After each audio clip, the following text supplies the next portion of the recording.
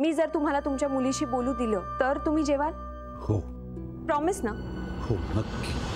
Sharma uncle माझ्याच फोनवरून तिच्याशी बोलत होते, बराच वेळ बोलत होते, पण फक्त इथे 10 सेकंदच कॉल झालेला दाखवतोय बघ. खरंच तुमचे उपकार कसे मानावे तेच कळत नाही. हो का? काय करताय तुम्ही? प्लीज पाया पडू नका आणि उपकार वगैरे म्हणू नका. मी माझं काम केलंय, त्याबदल्यात तुम्ही पैसे देणार आहात. त्यांचं बोलणं असं स्ट्रेट असतं, खूप प्रॅक्टिकल बोलतात ते. अगं ते प्रॅक्टिकल बोलतात कारण मुळात ते प्रॅक्टिकल आहे. जनरल आणि गरीब वॉर्डच्या पेशंटकडून वाटेल तेवढे पैसे उकळतो हा अण्णा, आणि स्पेशल वॉर्डच्या लोकांना सगळं स्वस्तात मिळतं इथे. खरंच उलटा कारभार आहे सगळं. मॅडम आम्हालाही सवलत नाही मिळत इथे. सर आपल्या नवीन हॉस्पिटलच्या एंट्रन्सलाच हा मोठा फाउंटेन असेल, म्हणजे पेशंटला एखाद्या 5 स्टार हॉटेलला आल्याचा फील आला पाहिजे. शेवटी कसं आहे, माणूस जेव्हा आजारी असतो ना तेव्हा हॉस्पिटलमध्ये येतो, पण आजूबाजूला बघितल्यानंतर त्याला आणखी आजारी वाटावं असं हॉस्पिटल नको आहे मला. It should be a grand experience to everyone. May I come in sir?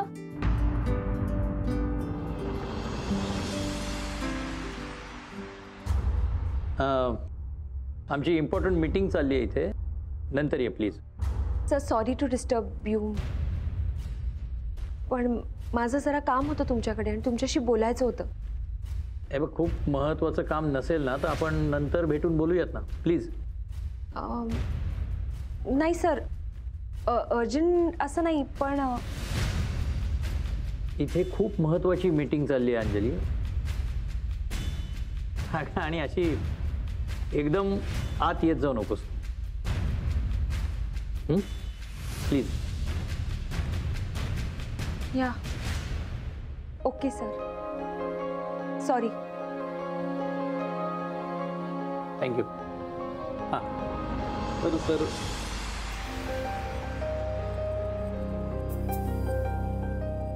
काय म्हणाले सप्रे सर? ते आत्ता एका मीटिंगमध्ये, त्यांची मीटिंग झाली की बोलू त्यांच्याशी. पण आम्ही बोललो तर उगाच प्रॉब्लेम होतील मॅडम सगळे. काहीही प्रॉब्लेम होणार नाही आशा काकू. आय एम शुअर त्यांना या बाबतीत काहीही माहिती नसेल, आणि आपण नाही सांगितलं तर कळणार कसं ना. So it's okay. काय झालंय?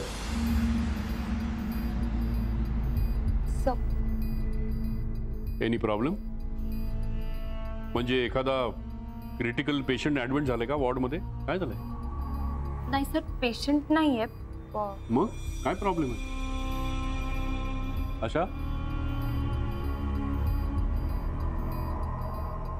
हा नाही, तुमच्या हॉस्पिटलच्या बाहेरचा काही विषय असेल तर मग माझा आग्रह नाही, चालू दे. नाही सर, म्हणजे आपल्या कॅन्टीन मध्ये जरा. कॅन्टीनचं काय?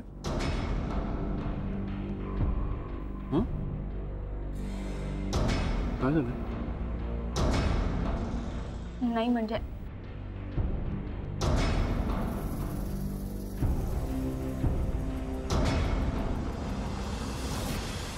आता सांग काय झालं? सर आपल्या कॅन्टीनमध्ये जनरल वॉर्ड्सच्या पेशंट्ससाठी आणि त्यांच्या नातेवाईकांसाठी काहीच सवलती नाही.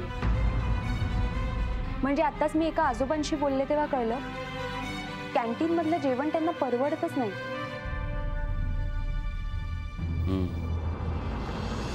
प्रदीप, तो कॅन्टीनचा मॅनेजर आहे, त्याला माझ्या केबिनमध्ये पाठवून. नाही सर, मी सप्रे सरांशी बोलून घेते ना, हरकत नाही. त्याला माझ्या केबिनमध्ये पाठव आत्ताच्या आत्ता. ठीक आहे सर.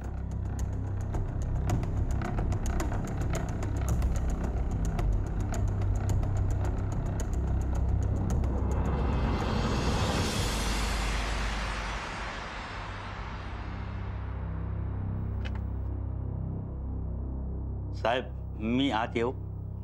आता वड़कम वड़कम.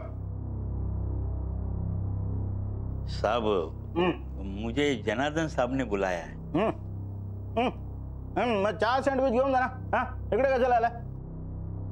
ना माझ्याकडे आहे चहा बिस्कुट आहे. नहीं वैसा नहीं साहब, मैंने सुना है जनार्दन साहब बहुत गुस्से में है.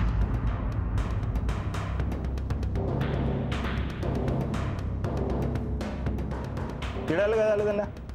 हेच विचारायला आलो. हा ना, काय गडबड नाही ना केली? नाही सर, तसं काहीच नाही. ठीक आहे, जा तू.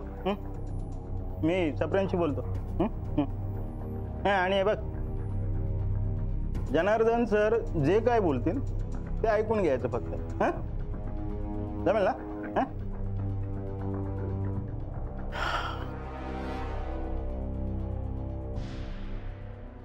अन्ना सर आप आ रहे साथ में मेरे? मी येत नाही, पण बँक लुटल्यानंतर पोलिसांनी पकडल्यासारखं तोंड कशाला करून चाललंयस? हां बिंदास जायचं आणि नीट बोलायचं. हां हां आणि हे बघ, त्यांनी जास्तच काही विचारलं तर सप्रे सरांना बोलवा म्हणा. हां हाँ जी साहब.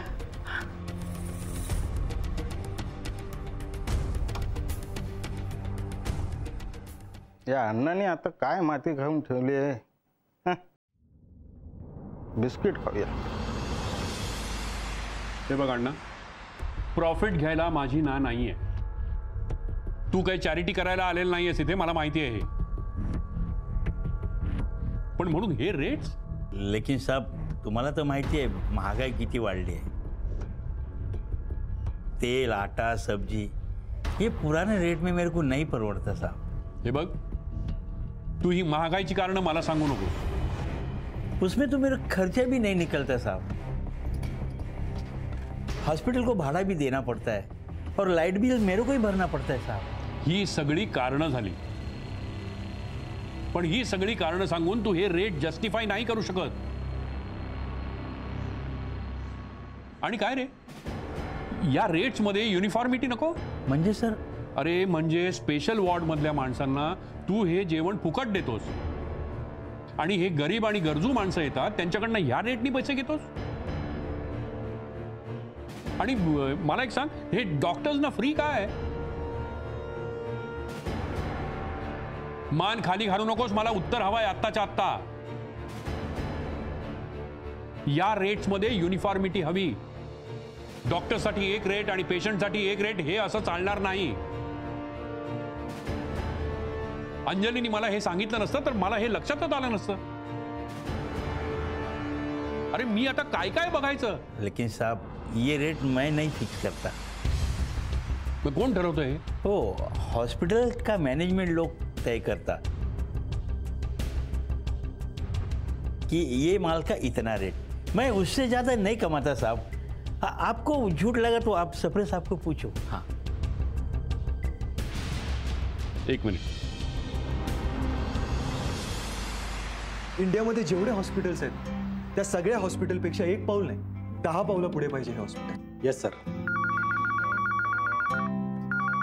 एक्सक्यूज मी, डॉक्टर जनार्दनच्या केबिनमधून आहे फोन. हॅलो. हां अशोक, जरा माझ्या केबिनमध्ये येतोस का प्लीज? जनार्दन, इथं खूप महत्त्वाची मीटिंग चालली आहे, ती अटेंड करतो आणि मग लगेच येतो मी. इथे खूप महत्त्वाचं काम आहे अशोक, इकडे ये माझ्या केबिनमध्ये. हो येतो. डॉक्टर. अरे अशोक ये ये. काय झालं एवढ्या अर्जंट बोलवलं? अशोक हे बघ, अरे हे काय रेट्स आहेत का काय? आपण काय हॉस्पिटल चालवतो का 5 स्टार हॉटेल? अरे काय आहे हे सगळं?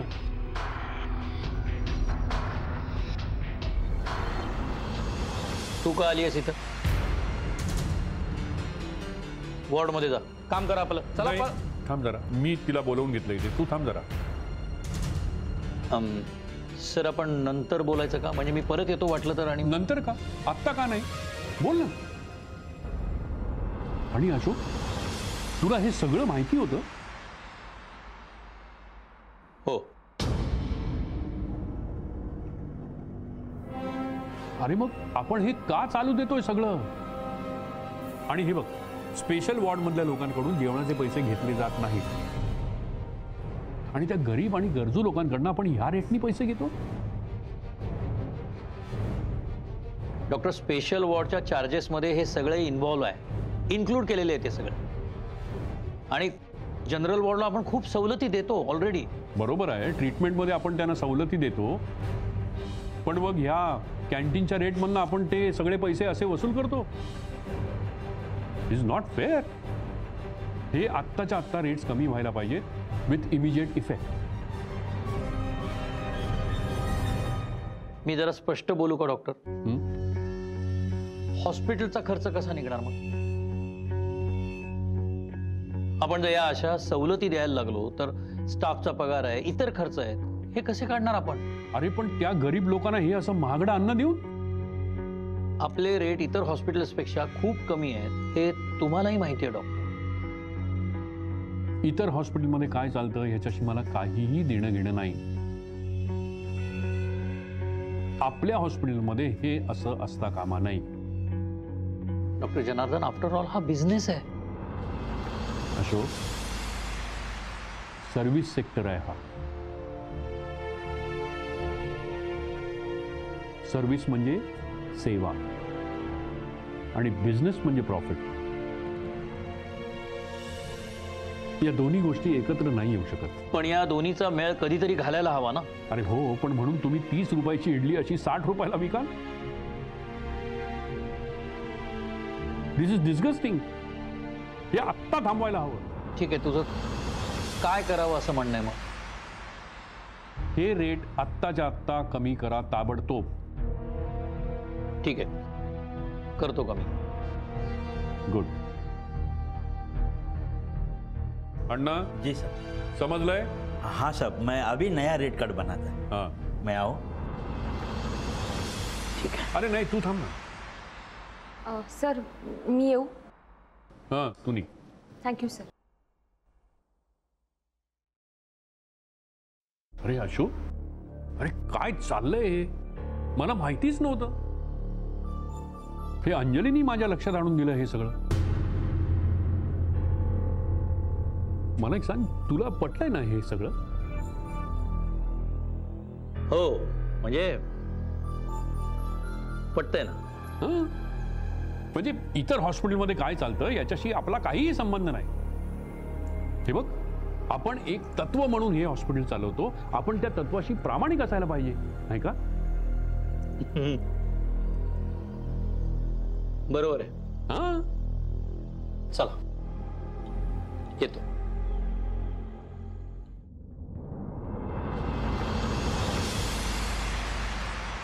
या आजोबा, या. मला कशाला आणलंस इथे मला तू? इथे बसा आणि मला सांगा तुमच्यासाठी काय ऑर्डर करू? नको नको नको, मला काही नको आहे खरंच. असं कसं आजोबा? ते बघा, कॅन्टीनचं सुधारित रेट कार्ड. आजपासून कॅन्टीनचे सगळे रेट्स कमी झाले. अरे हो, पण हे कसं काय शक्य झालं? तुम्हाला काय वाटलं आजोबा? तुम्ही सांगितलं नाही तर आम्हाला कळणार नाही का? अहो तुम्हीच काय, तुमच्यासारखं कोणीही इथे आलं ना तरी हे रेट्स खूपच महाग होते त्यांच्यासाठी.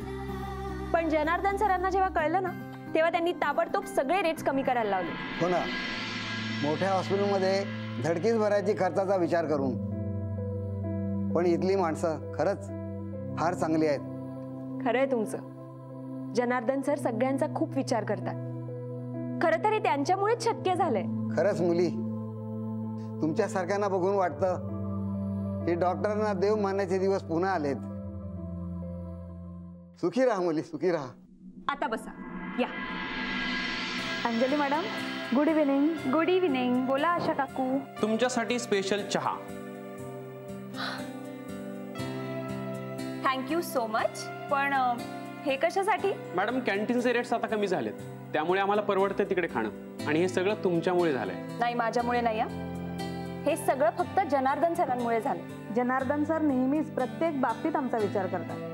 पण इतक्या बिझी शेड्यूलमध्ये ते तरी कुठवर लक्ष घालणार ना? बरं मॅडम, हा चहा घ्या पटकन, नाहीतर गार होईल. खास तुमच्यासाठी बनवून आणलाय, आलं घालून. Thank you so much. पण तुम्हाला माहिती आहे ना, कॉरिडॉरमध्ये असं उभं राहून चहा पिणं अलाउड नाहीये. तुम्ही का काळजी करताय? तुम्हाला जर कोणी काही बोललं ना तर मी सांगेन, मी आणलाय चहा तुमच्यासाठी. बरोबर आहे, पण मी इथला नियम नाही ना मोडू शकत. आणि आपणच बनवलेले नियम आपणच मोडले तर मग त्या नियमांना काय अर्थ राहतो? हा, पण प्रॉमिस, मी आत्ता लगेच जाते डॉक्टर्स रूम मध्ये आणि पटकन घेते चहा. चालेल? बरोबर मॅडम, पण इथे एक घोट घ्या बस, प्लीज प्लीज, आमच्यासाठी एक घोट फक्त. ओके ओके, घेते.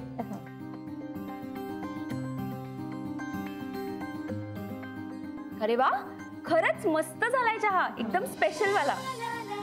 आपण आता बाकीचं जर मी डॉक्टर्स रूम मध्ये जाऊन घेतला तर चालेल? हो चालेल. नक्की? हो.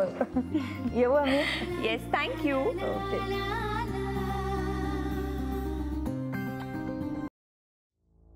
Sapre, Raut, it's not a very big issue for me. आता कॅन्टीनचं सगळं सॉर्ट आउट झालंय ना. नाही, प्रश्न फक्त कॅन्टीनच्या रेट्सचा नव्हता, प्रश्न अंजलीचा आहे. दिवसेंदिवस ती हाताबाहेर जात चालली.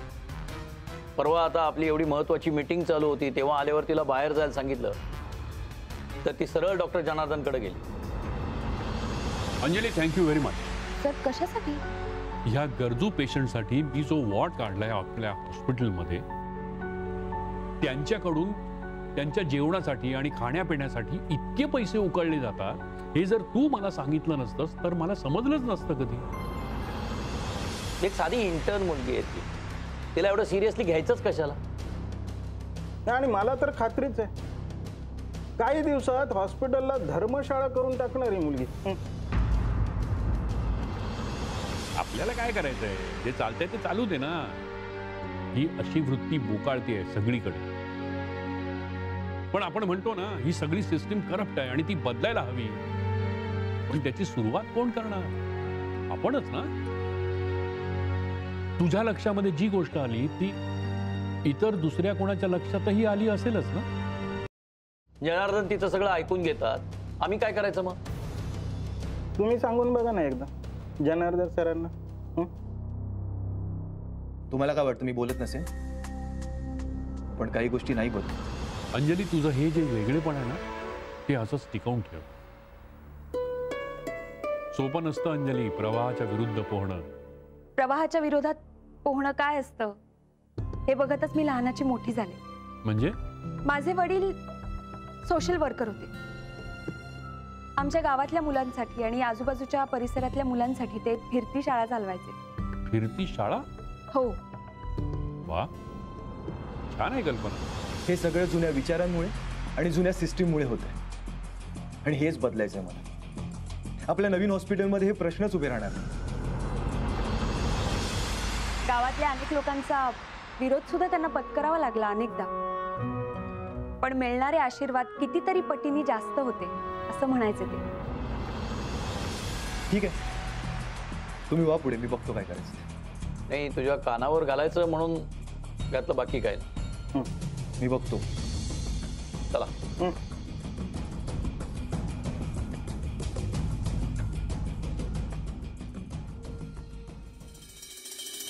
नाही, तुझ्यावरती साधारण कुठले संस्कार झाले असतील याची थोडीशी कल्पना होती मला, पण त्याचे डिटेल्स आज समजले मला. आणि सर, तुमची पुस्तकं वाचून सुद्धा अनेक गोष्टी शिकले मी.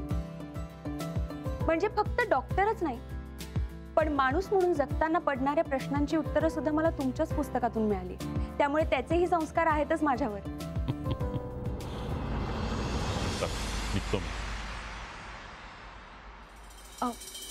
सर, एक रिक्वेस्ट होती. बोला. मला तुमची सही हवी आहे माझ्या एका पुस्तकावर. देईन की, पण एक मला प्रॉमिस हवंय तुझ्याकडून. कसलं सर? हा तुझा जो वेगळेपणा आहे ना, तो टिकवून ठेवायचा, नेहमी हरवून द्यायचा नाही. प्रॉमिस? प्रॉमिस. गुड.